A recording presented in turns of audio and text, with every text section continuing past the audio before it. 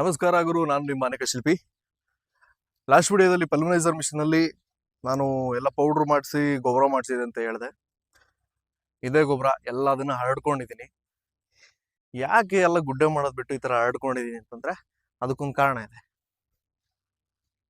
ನೋಡಿ. ಇದೆಲ್ಲ ಗೊಬ್ಬರ ಮಾಡ್ಕೊಳೋದಕ್ಕೆ ನಾನು ಪಲ್ವನೈಸರ್ ಮಿಷನ್ ಕರೆಸಿ ಕಾಯಿ ಮಟ್ಟೆ, ಎಡೆಮಟ್ಟೆ ಹಾಗೂ ಅದನ್ನೆಲ್ಲ ಪೌಡ್ರ್ ಮಾಡಿಸಿದಾದ್ಮೇಲೆ ಅದಕ್ಕೆ ಜೀವಾಮೃತ, ಡಿಕಂಪೋಸರ್ ಹಾಕಿದ್ದೆ. ಮತ್ತೆ ಅದಕ್ಕೆ ನೀರು ಹಾಯಿಸೋದು ತುಂಬಾ ಇಂಪಾರ್ಟೆಂಟ್. ಇದಕ್ಕೆ ನೀರು ಬಿಡ್ಲಿಲ್ಲ ಅಂತಂದ್ರೆ ನಮಗೆ ಬೇಗ ಕೊಳೆಯಲ್ಲ. ಈ ಗೊಬ್ಬರದ ಜೊತೆಯಲ್ಲಿ ನಾವು ಮೈಕ್ರೋನ್ಯೂಟ್ರಿಯೆಂಟ್ಸ್ಗಳನ್ನ ಆ್ಯಡ್ ಮಾಡ್ತಿದ್ದೀವಿ. ಮತ್ತೆ ಇದಕ್ಕೆ ಬೇವಿನ ಹಿಂಡಿ ಎಷ್ಟು ಹಾಕೊಳ್ಬೇಕು ಹಾಗೂ ಈ ಮೈಕ್ರೋನ್ಯೂಟ್ರಿಯೆಂಟ್ಸ್ನ ಎಷ್ಟು ಹಾಕೊಳ್ಬೇಕು ಅಂತ ನಿಮಗೆ ಹೋಗ್ತಾ ಗುರು, ಮಾರ್ಕೆಟ್ನಲ್ಲಿ ಸುಮಾರು ಥರ ಬೇವಿನ ಹಿಂಡಿ ಸಿಗುತ್ತೆ. ನಾನು ಪೌಡ್ರ್ ಅಂತ ಬೇವಿನ ಹಿಂಡಿ ತೊಗೊಂಡ್ಬಂದಿದ್ದೀನಿ. 1 ಟ್ರ್ಯಾಕ್ಟರ್ ಗೊಬ್ಬರಕ್ಕೆ ನೀವು 80 kg ಅಷ್ಟು ಬೇವಿನ ಹಿಂಡಿ ಹಾಕಬೇಕಾಗುತ್ತೆ.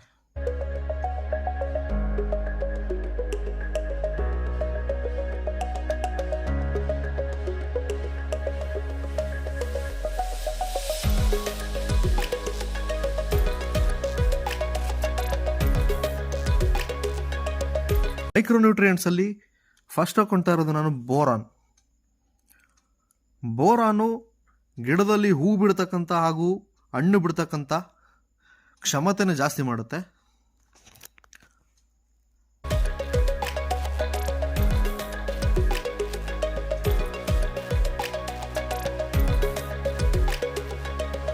ಮ್ಯಾಂಗ್ನೀಸ್ ಫೋಟೋಸಿಂಥಸಿಸ್ ಮತ್ತೆ ಗಿಡದ ಬೆಳವಣಿಗೆಯಲ್ಲಿ ಸಹಾಯ ಮಾಡುತ್ತೆ.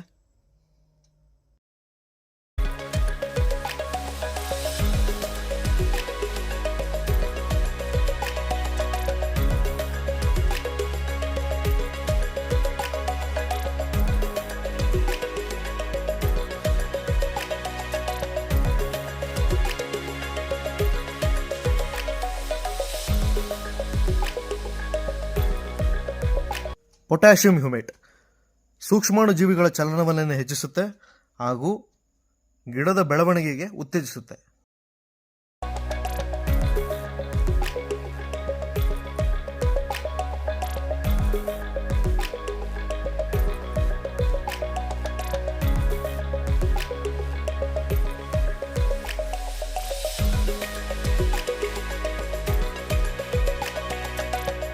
ಜಿಂಕ್ ರೋಗ ನಿರೋಧಕ ಶಕ್ತಿಯನ್ನು ಹೆಚ್ಚಿಸುತ್ತೆ ಹಾಗೂ ಹೂವನ್ನ ಕಾಯಾಗಿ ಕಚ್ಚೋದಕ್ಕೆ ಸಹಾಯ ಮಾಡುತ್ತೆ.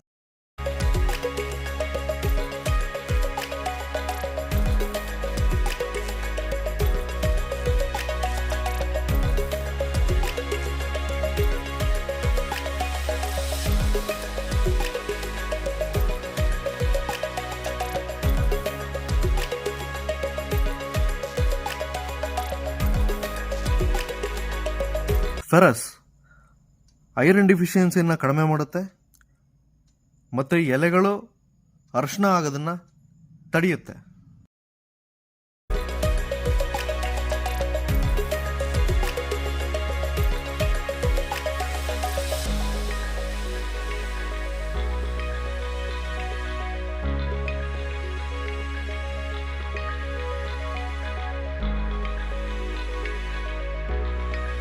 ಮೆಗ್ನೀಷಿಯಂ ಸಲ್ಫೇಟ್ ಗಿಡದ ಒಟ್ಟು ಬೆಳವಣಿಗೆಯಲ್ಲಿ ಸಹಾಯ ಮಾಡುತ್ತೆ.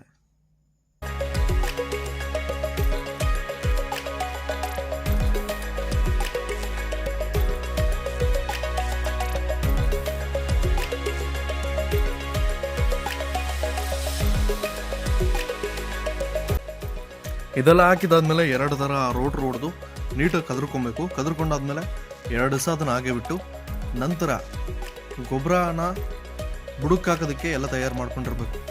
ಯಾವ ಥರ ಅದನ್ನು ತಯಾರಿ ಮಾಡ್ಕೊಳೋದು ಮತ್ತು ಯಾವ ಥರ ಬುಡಕ್ಕೆ ಹಾಕೋದು ಅದನ್ನು ನಿಮಗೆ ನೆಕ್ಸ್ಟ್ ವಿಡಿಯೋದಲ್ಲಿ ಹೇಳ್ತಾ ಹೋಗ್ತೀನಿ.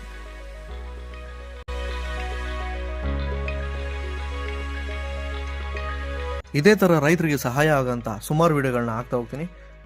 ಈ ಚಾನಲ್ನ ಲೈಕ್ ಮಾಡಿ, ಶೇರ್ ಮಾಡಿ ಹಾಗೂ ಸಬ್ಸ್ಕ್ರೈಬ್ ಮಾಡಿ.